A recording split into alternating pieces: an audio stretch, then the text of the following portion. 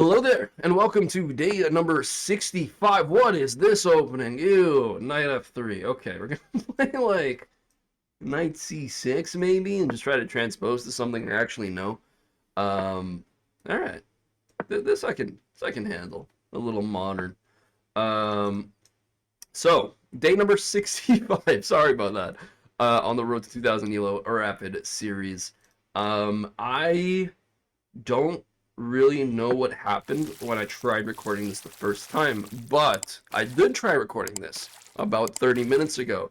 I played a game of chess. I actually won that game of chess, and it didn't record. So I'm at an ELO of 1787 right now. My opponent is a 1734, and let's see how we do here. Okay, so we got a bit of a different sort of opening than what we're used to, but I feel like playing normal chess here, getting the knights out, getting the pawns out, it's not a bad idea in this opening. Um, and we'll see how they decide to add pressure, probably with a bishop g5. No, not a bishop g5. Interesting. Can I play e4? Takes, knight here, and perhaps I can't. But then again, perhaps I can. So, really room for thought here. D4 looks semi-interesting. I'm curious about D4 takes, getting a solid pawn on D4. Doesn't look half bad, actually. My question becomes D4 takes. What about, like, they slide the knight back? Try to go after this. I don't think that's too big of a problem, actually. E4, I don't like E4 because of knight G5. After takes, they're threatening to win the pawn back. And if for example, E4, knight G5, and simply takes, queen takes? I don't know. I don't know. This is not my style of play. But we'll play D4, even though it might be weird in some eyes. And we're probably going to play bishop e7 if bishop g5 is played. And yeah, we're just going to put the ball in their court. Okay, so takes. Now, do we take with the knight or the pawn? Probably take with the pawn, because if we take with the knight, we lose this pawn here. So let's do that. And hopefully I'm not missing anything. Okay, castles. Normal game of chess. All right, let's see. Can I play bishop c5 in order to protect this pawn? I mean, it's not the worst idea in the world. I don't know where this bishop would be better placed. Perhaps maybe on b4. But it could just get kicked out relatively easily and have to go to a b6 in that diagonal. Anyways, bishop e7 is not a bad idea, just preemptively stopping any bishop g5 plans. But bishop g5 is not that concerning right now. I could just play h6. So perhaps I can focus on developing another piece. I don't really know what I want to do here. Huh, tricky. I do want a castle kingside, so maybe playing a bishop move is not the worst thing in the world. Let's go bishop c5. Let's overprotect this pawn. I know the term overprotect sounds kind of pejorative. Sounds like you're doing something a little too much, but it's not really that bad in some cases because you don't know what pieces are going to get traded off, and having a solidified, important pawn it can never be a bad thing. So, really just controlling the center space here. And they can't really play, well, they can play e3, I guess. But, yeah, I mean, if they play e3, we don't have to take right away because we have so much control on the center. You could probably just castle on the next move if e3 is played. If e4 is played, I'd have to think. Okay, they're probably going to try to play knight b3 here. I think I can just castle readily. Knight b3, bishop back, pawn still defended. Still two defenders on the pawn. Three actually with my queen. So let's just castle now. Let's keep it simple. Stupid. Okay, try to play b4 here. I can probably play a5. a5 is never a bad idea once a move like a3 is played, or a4. Let's do that. If they go knight here, bishop back still. Also giving the a7 square for the bishop and letting it really operate on the long diagonal. So we're just going to do this. Slide it back. Take it back now, y'all. One hop this time. We're going to play rook e8 maybe. Bishop g4. Get some targets on the e2 square. Okay, we said this was not concerning. Do I still agree with that assessment? I think so. I think a calm little h6 is not bad. h6. Bishop h4. Can I target that bishop in any... Well, actually, bishop h4 would be bad. Really. Really awful stuff, so... Let's ask it what it's doing there. Bishop h4, and the bishop's trapped, actually. Although my king would be very unsafe. So, you know, there's risks. Risks and the rewards, as they say, I think. Somewhere, probably. Sounds like a very common statement. It's not like very native to one expression. Okay, and we got... What do we have here? What do we got here? This is an interesting position. It's not, I think, an uncommon one. I just don't really know what to do here. I'll probably play rook e8, slow improving move, because it feels like we can do just about anything. And that's not like a motivational speech. That's just kind of saying, yeah, we have choices. Queen d5 looks like a nice little square if this queen ever moves out of the way, allowing us to slide over somewhere on the attack. Also, I could have just played something like knight here. Knight here looks great, actually. Well, does it really? Knight d5, the bishop just slides back, and then I don't know where this knight's going to go, actually, afterwards. But perhaps we could do something like knight d5, and then a knight here. Okay, perhaps not. I mean, I don't really know. This is a target. A lot of stuff happening in this game. Maybe we can play queen e7? Queen e7, they probably play rook here. What does that weaken? Does that do anything for us? Knight here's an option right now. Doesn't really do much, though. That's the problem. Okay, let's probably look at this move. Wait, actually, a5 looks intriguing, because a5, and they play knight here, then this move does a lot. Let's give that a go, shall we?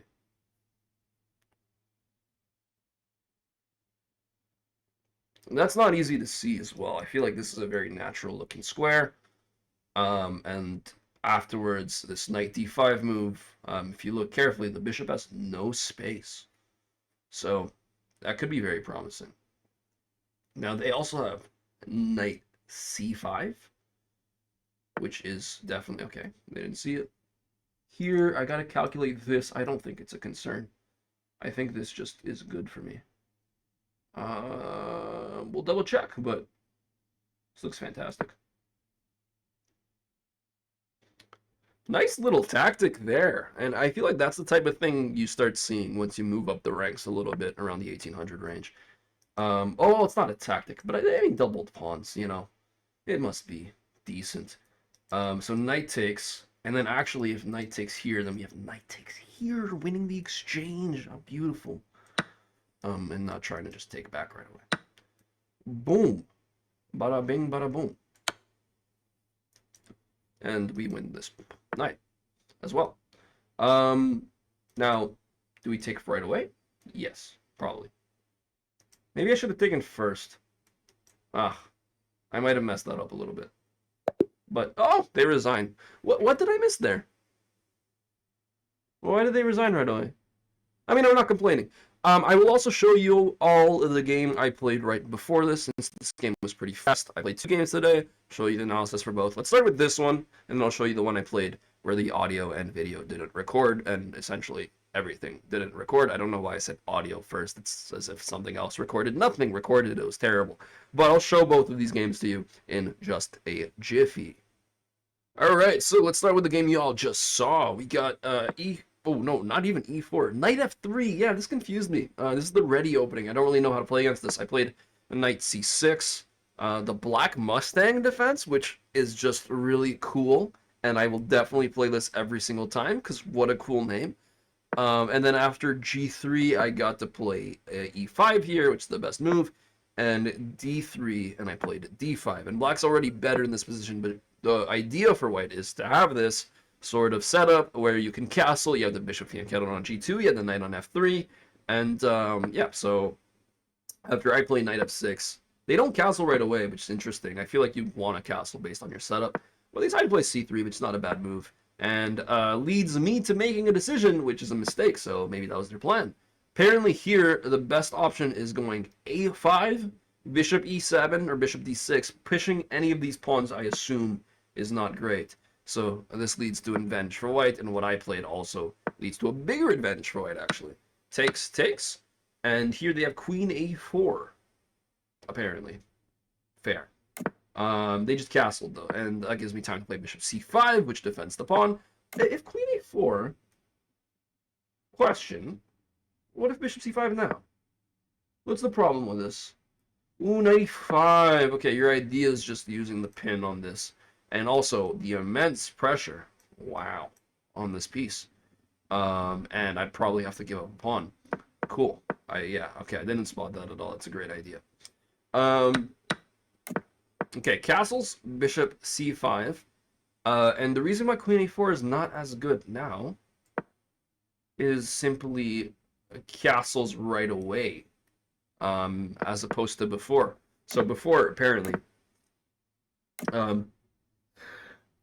excuse me. Before, apparently, thanks. Before, apparently, if queen a4 was played, oh yeah, well, I can't castle. Okay, yeah, common sense. So the bishop out to be able to castle, which is why I played a bishop move, to be fair. Protecting the pawn was just a nice little bonus. And here castles, and now we get an equal game of chess. I play a5 after a3, that's the best move. And here, already, they're failing to develop properly, because playing another knight move that simply helps my bishop get to a better square and keep everything defended. It's not the way to go. Bishop g5 is a nice move, but then I just play h6. And here the best move is to take the knight on f6, which is not very intuitive, just giving up the bishop pair for nothing, really. So they just decide to go back. And actually here I had a4 right away. a4 right away. So I saw the tactic one move late, essentially, once they go back. Also, good to note, they couldn't go to c5 because they didn't have the rook on c1, which was possible later on. And here, oh, actually, I don't even have knight d5. Wait, why didn't I see g5? I guess I just didn't consider trying to weaken my king, but this is obviously the right move because the bishop's trapped and they're going to have to sacrifice a piece for the pawn. Fair enough. Okay, anyways, so I played rook e8. So I was just looking for a normal move. They played rook c1. And now I saw this idea too late because they could have played knight c5. But it's also hard to see that the bishop's trapped if you move the knight to d2 if you're not paying attention to the bishop. We're looking at other sides of the board over here. So the knight steps back. And here I didn't play g5. I instead played at knight d5. So this is inaccurate, but it's still very good. Because after the knight steps in onto c4, you just take. And if they don't take back, well, then something's falling. And so they don't take back, and they really should have. They decide to take the bishop on b6, and this is completely winning, because after the king steps out of the way, well, now you just take the rook. And yes, they do win a rook back, but it's important to note that this knight is trapped afterwards. So you win the rook, they win yours, you just step back to safety. And where is this knight going? Literally nowhere. And yeah, a nice little clean win for the black pieces here in this game. Now, I also played a second game before this that didn't record. Let's go right on to that one.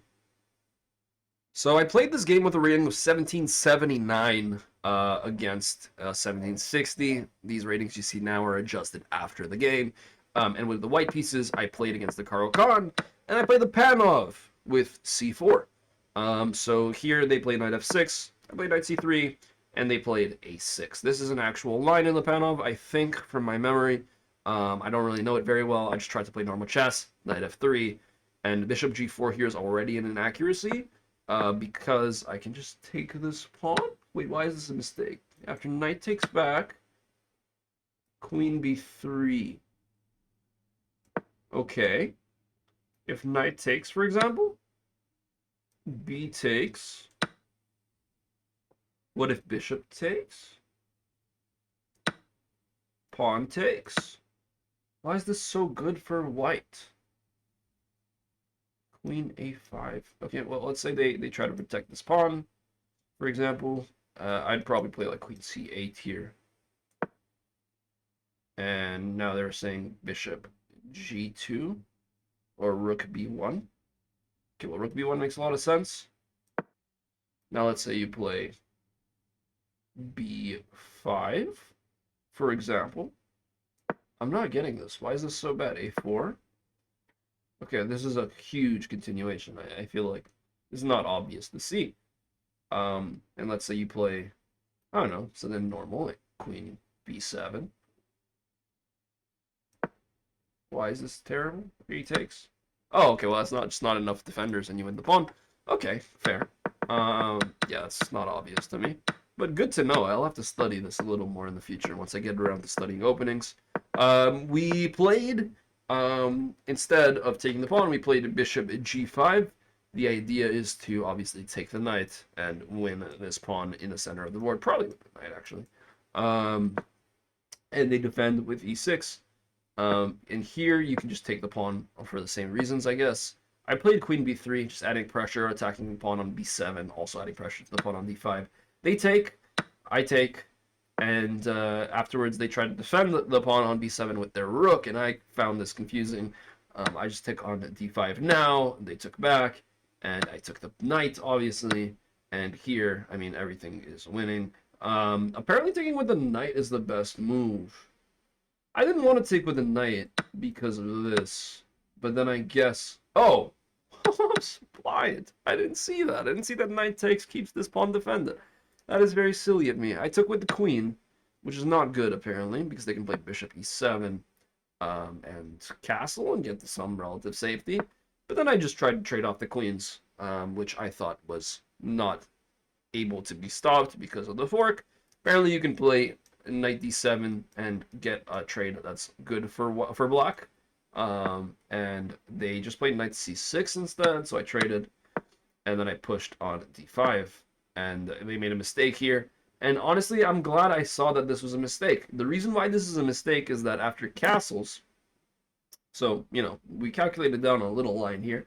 It's important to note, this knight has no squares. Knight on to a2, you lose. If bishop takes, pawn takes, knight takes on a2, king here, there's no space. You can't go this way, you can't go this way, you can't go this way, right? So, they castle, and I play a3, and the plan comes into action after they take. I take, they go here, and king b2 wins the knight. So, you just want a full piece, develop the bishop so the rooks are connected, slide the king to safety. Push, push, push when you got these passers, and once the rook is rooted to that square, I played rook d2. I don't know why I didn't just play rook c1 right away. I could have. But I played rook d2, I guess, to protect against checks or something, and then I played rook c1. And, yeah, and then here they're threatening the bishop. I don't really care. They take, I take. And, I sacked a rook for a queen, and there's mate an 8 here, apparently. I don't know if I... Wait, did I find mate an 8? Oh my god, I think I did. Wait, I actually found the checkmate in 8. What? Okay, wait. Let's double check this. So there's mate in 10, mate in 11. So okay, from here, so from here there's mate in 11. All right. Now it's mate in 10. Now it's mate in 9. Now it's mate in 8. Now it's mate in 7. Now it's mate in 6. Wait, did I find an 11 move forcing checkmate sequence? That's crazy. That's actually so sick. Okay, well, yeah. So I won both games today, and we're now at, after the second game, 1794 rating. So we're back to close to 1800. And yeah, I was saying in the last recording that I will be getting around to playing chess more consistently as soon as I'm back home. I'm currently in Hawaii. Yesterday, no video, I was actually celebrating my birthday with my girlfriend here. It was wonderful, it was amazing, and unfortunately I did not have time to play a game of chess. But don't worry, we'll get around to the important things in life. I will be playing chess daily once I'm back home. That includes the holidays. So, yeah, I'm going to try my best to do it while I'm here. I'm only here in Hawaii for like 2 more days, but I'll try my best to get a recording in both days. I assure you that there is plenty of chess to come, and hopefully, down the line, 1900? Hopefully. We'll see. Thanks for watching, though. I appreciate you. If you have or not already subscribed to the channel, you're watching this far, you like the videos, you enjoy my commentary for whatever reason, well, please consider hitting the subscribe button. It's very nice of you to do. Like the videos, let YouTube know you enjoy, and comment below to tell me what exactly you enjoy watching and want to see in the future. Yeah, I'll be back tomorrow, hopefully, fingers crossed, with another video. Take care of yourselves. Have a lovely day. Aloha from me in Hawaii, and I'll see you next time. Goodbye.